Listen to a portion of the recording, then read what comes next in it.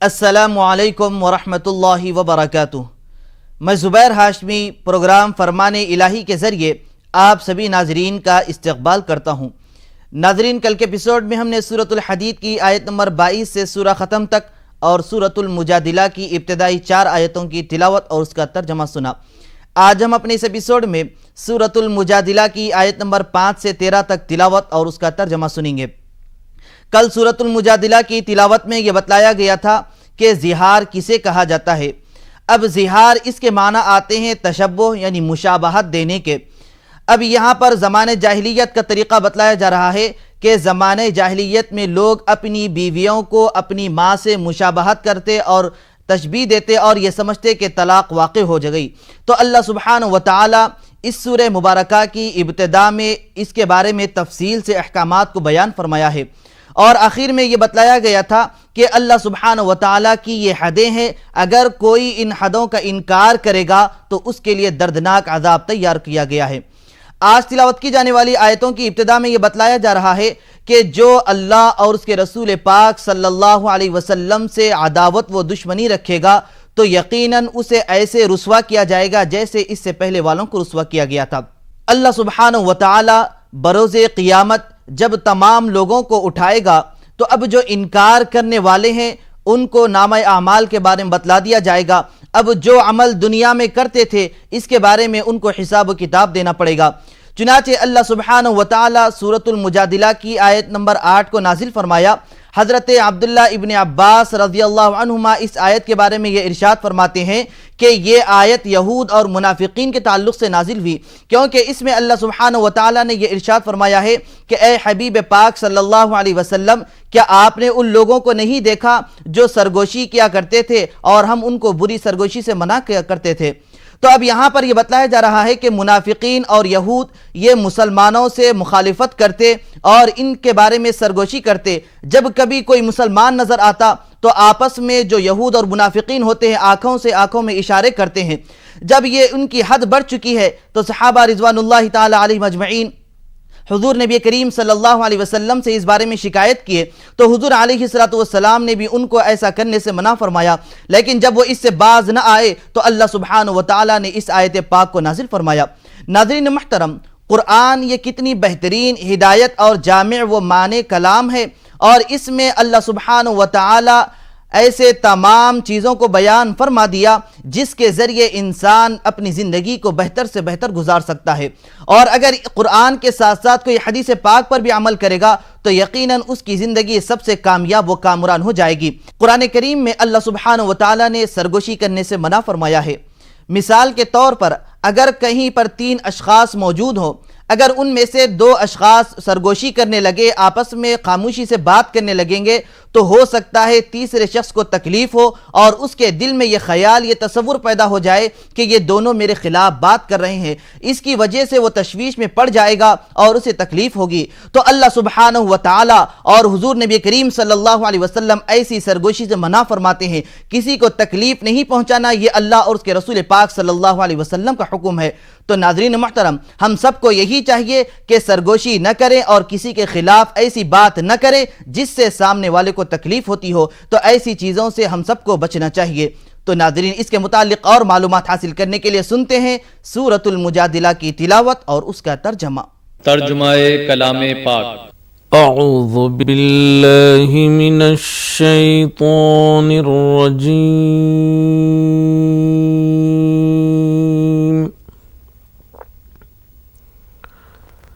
بسم اللہ الرحمن الرحیم۔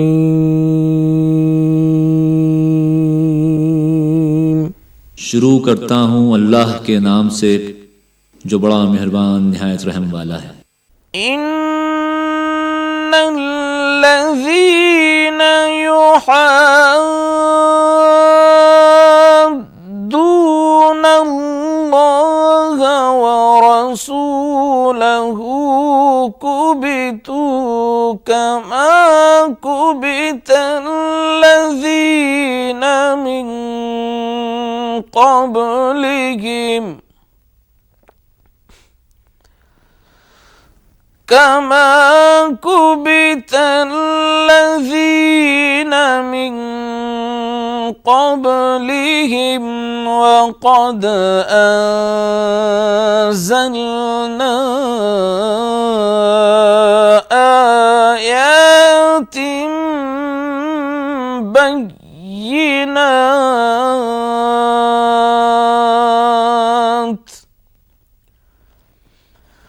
وللكافرين عذاب मुहीन। जो लोग खुदा और उसके रसूल की मुखालफत करते हैं वो उसी तरह जलील किए जाएंगे जिस तरह उनसे पहले लोग जलील किए गए थे, और हमने साफ और सरी आयतें नाजिल कर दी हैं। जो नहीं मानते उनको जिल्लत का अजाब होगा। यौम यबअसुहुमुल्लाहु जमीअन फयुनब्बिउहुम बिमा अमिलू अहसाहुल्लाहु वनसूह वल्लाहु अला कुल्ली शैइन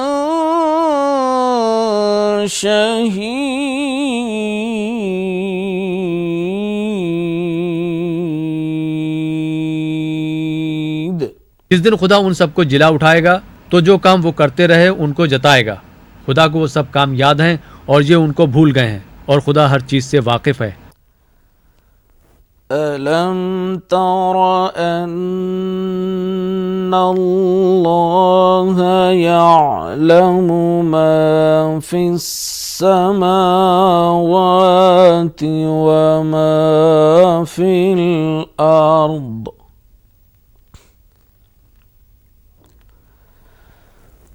मा यकूनु मिन नज्वा सलासतिन इल्ला हुवा राबिउहुम वला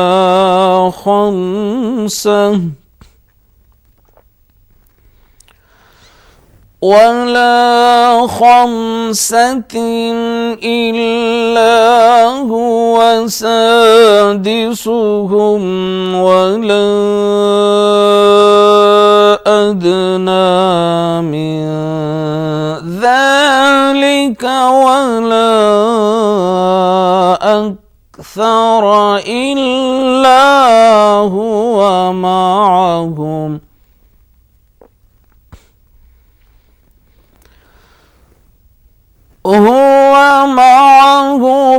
أينما كانوا ثم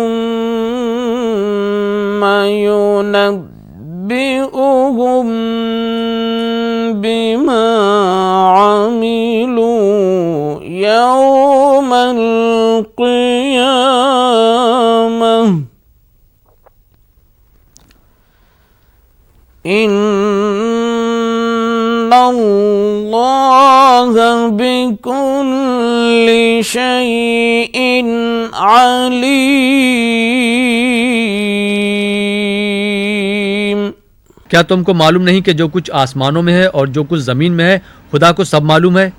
किसी जगह 3 शख्सों का मजमा और कानों में सलाह और मशवरा नहीं होता मगर वो उनमें चौथा होता है, और ना कहीं 5 का मगर उनमें छठा होता है, और न उनसे कम या ज्यादा मगर वो उनके साथ होता है, ख्वाह वो कहीं हो। फिर जो ये काम करते रहे हैं क़यामत के दिन वो एक एक उनको बताएगा। बेशक खुदा हर चीज से वाकिफ है। नाज़रीन, फरमान इलाही में सूरतुल मुजादिला की तिलावत और उसका तर्जमा जारी रहेगा। फिलहाल हम मिलते हैं आपसे एक छोटे से वक्फे के बाद। वक्फे के बाद आप सभी का खैर मकदम है।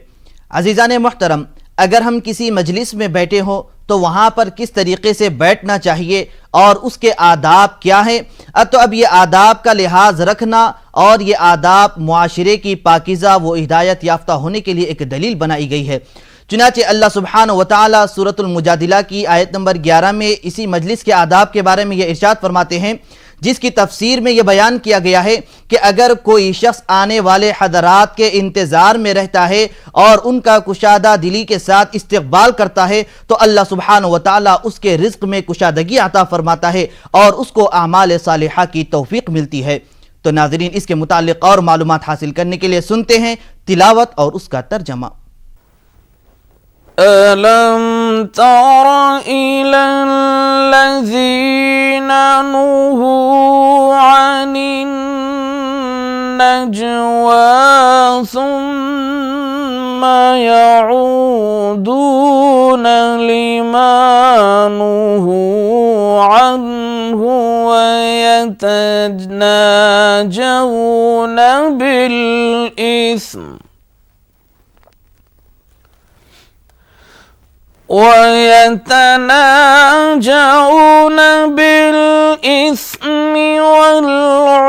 والعدوان ومعصية الرسول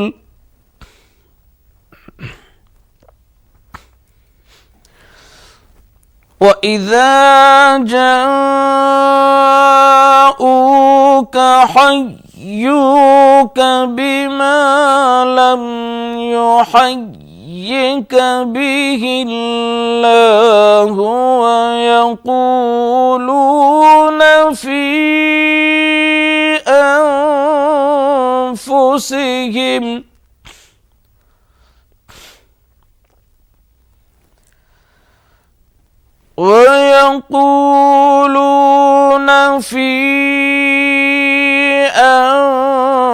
أنفسهم لولا يعذبنا الله بما نقول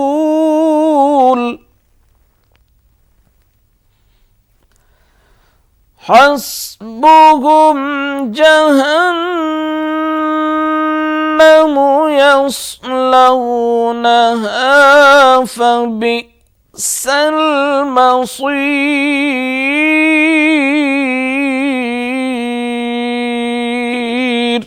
क्या तुमने उन लोगों को नहीं देखा जिनको सरगोशियां करने से मना किया गया था, फिर जिस काम से मना किया गया था वही फिर करने लगे, और ये तो गुनाह और जुल्म और रसूल खुदा की नाफरमानी की सरगोशियां करते हैं। और जब तुम्हारे पास आते हैं तो जिस कलमे से खुदा ने तुमको दुआ नहीं दी वही उससे तुम्हें दुआ देते हैं, और अपने दिल में कहते हैं कि अगर ये वाकई पैगंबर हैं तो जो कुछ हम कहते हैं खुदा हमें उसकी सज़ा क्यों नहीं देता। ऐ पैगंबर, उनको दोज़ख ही की सज़ा काफ़ी है, ये उसी में दाखिल होंगे और वो बुरी जगह है।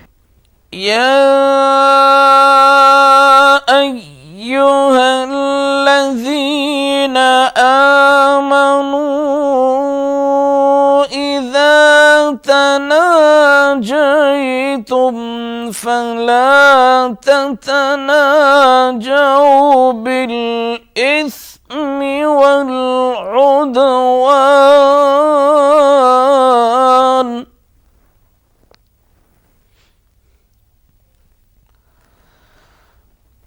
فلا تتناجوا بالإثم والعدوان ومعصية الرسول وتناجوا بالبر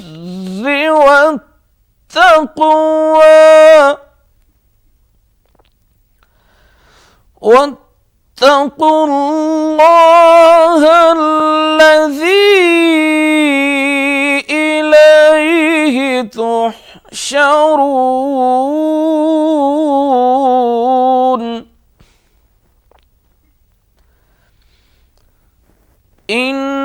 إنما النجوى من الشيطان ليحزن الذين آمنوا وليس بضارهم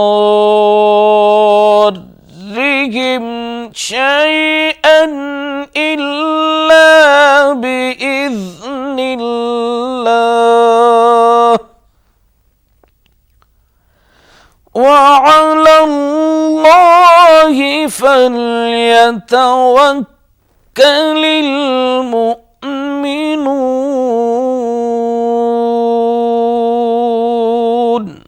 मोमिनों, जब तुम आपस में सरगोशियां करने लगो तो गुनाह और ज्यादती और पैगंबर की नाफरमानी की बातें ना करना, बल्कि नेकोकारी और परहेजगारी की बातें करना, और खुदा से जिसके सामने जमा किए जाओगे डरते रहना। काफिरों की सरगोशियां तो शैतान की हरकत से हैं, जो इसलिए की जाती हैं कि मोमिन उनसे गमनाक हों, मगर खुदा के हुक्म के सिवा उनसे उन्हें कुछ नुकसान नहीं पहुंच सकता। तो मोमिनों को चाहिए कि खुदा ही पर भरोसा रखें। अय्युहल्लज़ीना आमनू इज़ा क़ीला लकुम तफ़स्सहू फ़िल मजालिसि फ़फ़्सहू यफ़्सहिल्लाहु लकुम وإذا قيل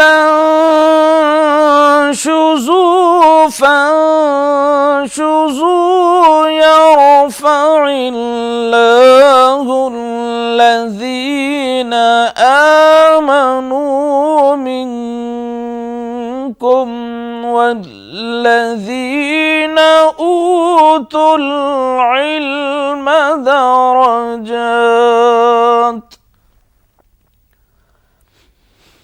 والله بما تعملون خبير।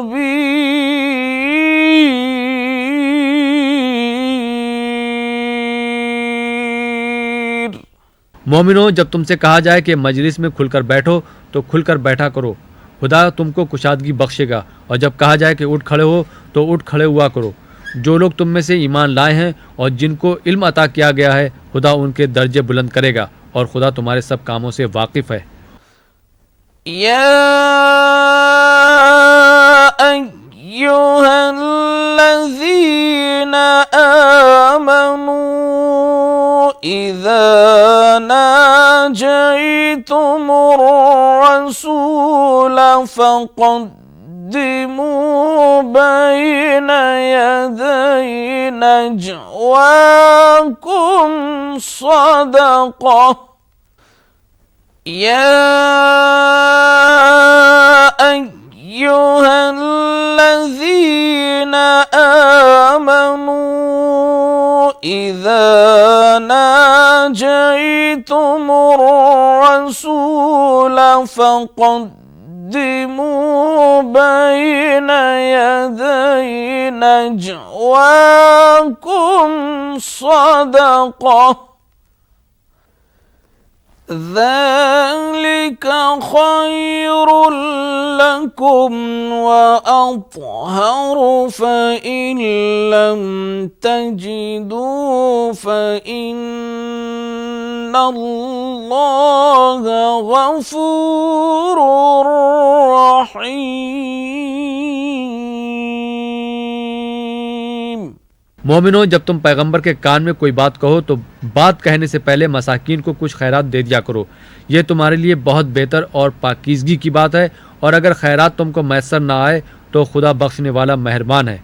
नाज़रीन मोहतरम, प्रोग्राम फरमान ए इलाही जारी रहेगा। हम लौट कर आते हैं एक छोटे से वक्फे के बाद। वक्फे के बाद दोबारा आप सभी का खैर मकदम है। अज़ीज़ान गिरामी, इब्तिदाए इस्लाम में अल्लाह सुब्हानहु व तआला ने यह हुक्म फरमाया था कि अगर तुम में से कोई हुजूर नबी करीम सल्लल्लाहु अलैहि वसल्लम से बात करना चाहता है, यानी अगर कोई राज की बात करना चाहता है, तो सबसे पहले वो अल्लाह की राह में सदका व खैरात करे। इसके बारे में अल्लाह सुब्हानहु व तआला ने सूरह-ए-मुजादिला की आयत नंबर 12 को नाजिल फरमाया, जिसमें यही बतलाया जा रहा है कि अगर कोई बंदा अपने हबीब सल्लल्लाहु अलैहि वसल्लम से कोई ख़ास बात करना चाहता है तो सबसे पहले उस बात से अल्लाह की राह में माल सदक़े के तौर पर खैरात करना चाहिए। चुनांचे हज़रत अली रज़ियल्लाहु अन्हु ने सबसे पहले अल्लाह की राह में अपना माल सदका व खैरात के तौर पर दिया और हुज़ूर अलैहिस्सलातु वस्सलाम से बात करने का शरफ हासिल किया है। तो नाज़रीन, मज़ीद मालूमात हासिल करने के लिए शामिल हो जाते हैं आज की बाकी आयतों की तिलावत और उसके तर्जमे के साथ। अअशफ़क़्तुम अन तुक़द्दिमू बैन यदै नजवाकुम सदक़ात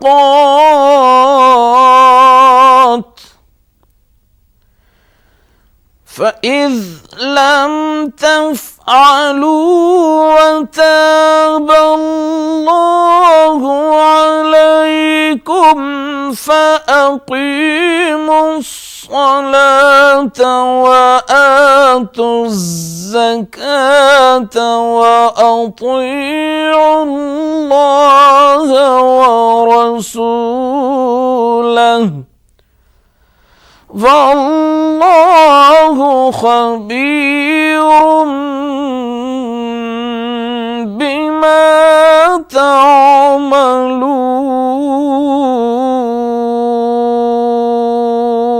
تعملون أأشفقتم أن تقدموا بين يدي نجواكم صدقات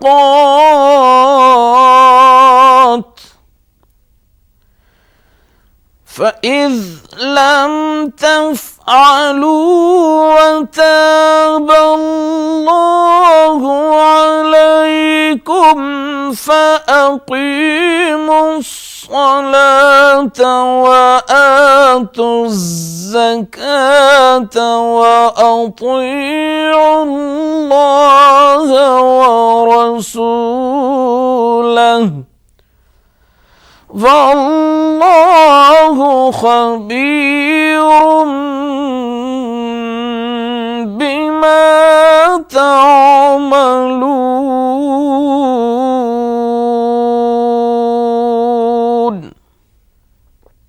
صدق الله العظيم। क्या तुम उसके पैगंबर के कान में कोई बात कहने से पहले खैरात दिया करो? डर गए? फिर जब तुमने ऐसा ना किया और खुदा ने तुम्हें माफ़ कर दिया तो नमाज पढ़ते रहो और ज़कात देते रहो और खुदा और उसके रसूल की फर्मा बरदारी करते रहो और जो कुछ काम तुम करते हो खुदा उससे खबरदार है। अल्लाह सुब्हानहु व तआला से दुआ है कि हम सबको आज की आयतों के अहकामात पर अमल करने की तौफीक नसीब फरमाए। तो नाज़रीन, ये था हमारा प्रोग्राम फरमान इलाही। इंशाअल्लाह कल हम दोबारा इसी वक्त सूरतुल मुजादिला और सूरतुल हशर की तिलावत और तर्जमे के साथ हाजिर रहेंगे। तब तक के लिए आप हमें और हमारी पूरी टीम को दीजिए इजाज़त। वस्सलामु अलैकुम व रहमतुल्लाहि व बरकातुहू।